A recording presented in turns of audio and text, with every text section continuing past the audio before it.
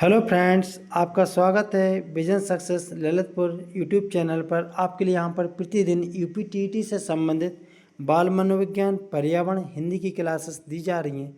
आप लोग मेरे चैनल को सब्सक्राइब करिए और इस चैनल के माध्यम से बिल्कुल फ्री तैयारी कर सकते हैं। आपके लिए यहाँ पर शुरुआत से लेकर अंत तक आपकी यूपीटीईटी की तैयारी कराई जाएगी। आपका सारा सिलेबस कंप्लीट कराया जाएगा। जल्दी आपके लिए संस्कृत तथा गणित की क्लासेस भी दी जाएंगी। तो आप लोग मेरे चैनल के साथ जुड़कर अपनी तैयारी को बेहतरीन बना सकते हैं। और आपके लिए यहाँ पर यूपीटीईटी के अलावा होमगार्ड, लेखपाल, पुलिस परीक्षा से संबंधित सामान्य अध्ययन में पॉलिटी, ज्योग्राफी और आपका आधुनिक इतिहास की क्लासेस चल रही हैं। तो आप लोग इन क्लासेस को देखिए और नोट्स को अपने नोट में कंप्लीट करिए। आप ये हमारे बनाए गए जो हैंड रिटन नोट्स हैं इनको अपने नोट्स में लिखिए। जो भी आपके लिए लगे महत्वपूर्ण क्या पेपर में आ सकता है तो आप उसको ज़रूर नोट करिए, क्योंकि यहाँ पर इस जो चैनल के माध्यम से जो भी आपके लिए बताया जाएगा वह आपके एग्ज़ाम के अकॉर्डिंग बहुत सोच समझ के कई बुक का कलेक्शन करके आपके लिए यहाँ पर यह नोट्स प्रोवाइड कराए जा रहे हैं। तो आप लोग मेरे चैनल के साथ जुड़ के तैयारी कर सकते हैं। आइए चलते हैं हम क्लास की ओर। नील विद्रोह सन 1859 से 60। कंपनी के कुछ अधिकारी बंगाल तथा बिहार के जमींदारी से भूमि प्राप्त कर नील की खेती करवाते थे।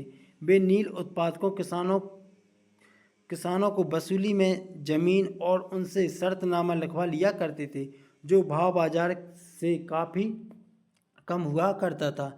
इसमें क्या होता था, किसान बहुत मजबूर होता था और वह अपनी ज़मीन जायदाद और कुछ ऐसी शर्तें लिख देता था जिसकी वजह से वह हमेशा उनकी बदुआ मजदूरी उसकी मजबूरी हो जाती थी कि उसको करना ही पड़ेगी।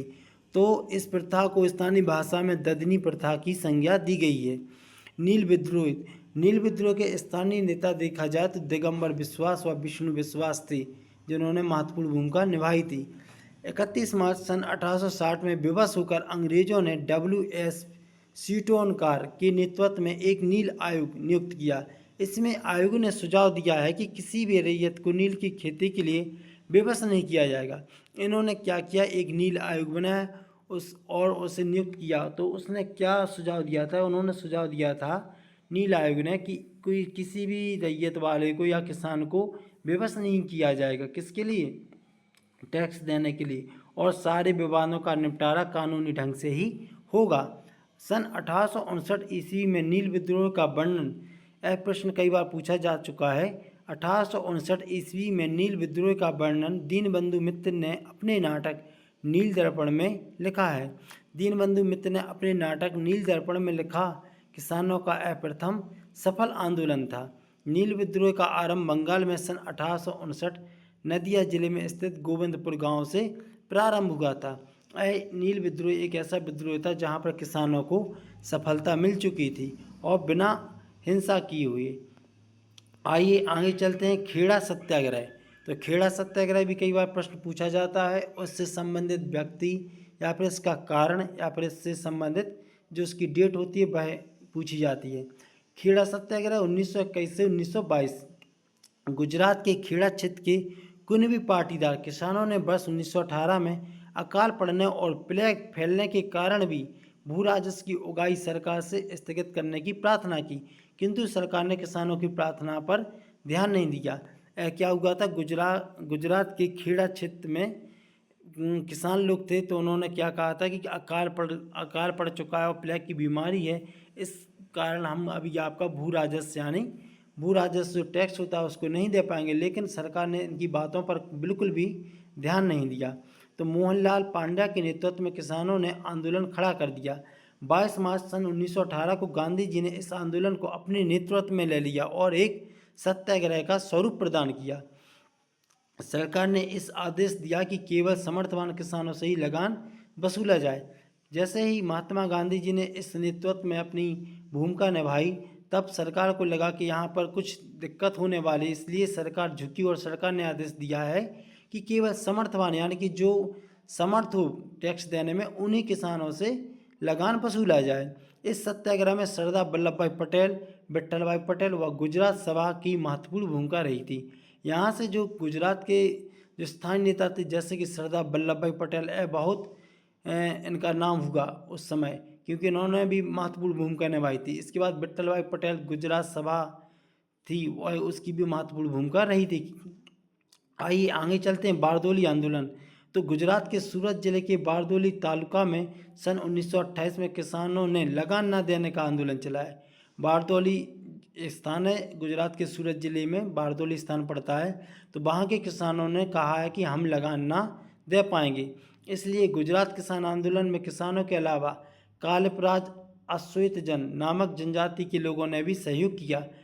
यह जनजाति हाली पद्धति अर्थात बदुआ मजदूरी करने के लिए विवश थी। यहाँ की जो जनजाति थी वह बहुत गरीब थी और अंग्रेज़ों के दुष्टों मतलब अंग्रेज़ों के जो उन्होंने उन पर अत्याचार किए तो उनसे भी वह बहुत विवश थी।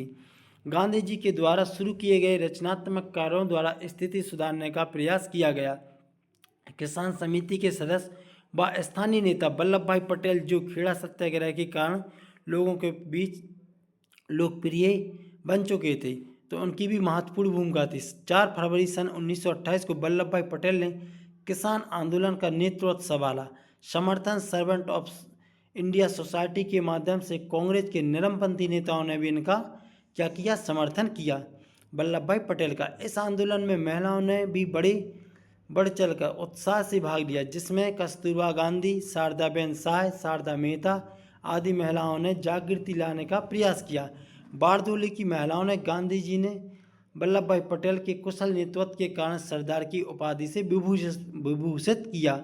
यानी कि पूछा जाता है कई बार प्रश्न कि वल्लभ भाई पटेल के लिए कहाँ पर सरदार की उपाधि दी गई थी, तो आपको याद रखना है बारदोली की महिलाओं ने। और या यदि पूछा जाए कि बारदोली की महिलाओं के द्वारा, यदि इसमें यह ऑप्शन ना हो, यदि ऑप्शन हो गांधी जी के द्वारा, तो गांधी जी भी आप लगा सकते हैं, क्योंकि बारदोली की महिलाओं और गांधी जी ने संयुक्त रूप से वल्लभ भाई पटेल के कुशल नेतृत्व के कारण सरदार की उपाधि से उन्हें विभूषित किया था। एका आंदोलन। एका आंदोलन सन 1921 से 1922। एका आंदोलन अवध प्रांत के किसानों के हित में चलाया गया था, जिसका नेतृत्व मदारी पासी और सहदेव ने किया था। इंडियन फेडरेशन ऑफ लेबर की स्थापना सन 1941 में M.N. राय और जमनालाल मेहता के द्वारा की गई थी। Indian federation of labour IFL 1941 में M.N. राय और जमनालाल मेहता जी के द्वारा की गई थी। भारतीय राष्ट्रीय ट्रेड यूनियन कांग्रेस। भारतीय राष्ट्रीय ट्रेड यूनियन कांग्रेस 1947 में इसके स्थापना करता थे सरदार पटेल जी व गिरी बीबी गिरी। हिंदुस्तान मजदूर सभा 1938 में सरदार पटेल व राजेंद्र प्रसाद जी इसके मुख्य नेताजी थे। हिंदुस्तान मजदूर सभा 1938 में स्थापना हुई थी, सरदार पटेल व राजेंद्र प्रसाद इसके प्रमुख नेता थे। तो आपको यहाँ पर याद रखना है, वल्लभ भाई पटेल से संबंधित प्रश्न बन सकते हैं। खेड़ा सत्याग्रह की डेट पूछी जा सकती है। इस सत्याग्रह में क्या उसका मुख्य लक्ष्य था, क्या उद्देश्य निकला। नील आयोग पूछा जा सकता है। नील विद्रोह कब हुआ था। तो आप लोग को ये प्रश्न बहुत ही महत्वपूर्ण प्रश्न थे, तो आप लोग अपने नोट्स में इनको भी नोट कर लीजिए। और आपके लिए यहाँ पर एग्ज़ाम के अकॉर्डिंग यानी एग्ज़ाम के हिसाब से ही यहाँ पर आपके लिए ये नोट्स प्रोवाइड कराए जाएंगे। तो आप लोग लेखपाल, होमगार्ड जो भी पुलिस की तैयारी कर रहा है आगे के पेपर के लिए, तो वह इन नोट्स को अपने नोट्स में लिखिए और आप लोग समझिए किस प्रकार से प्रश्न पूछा जाएगा।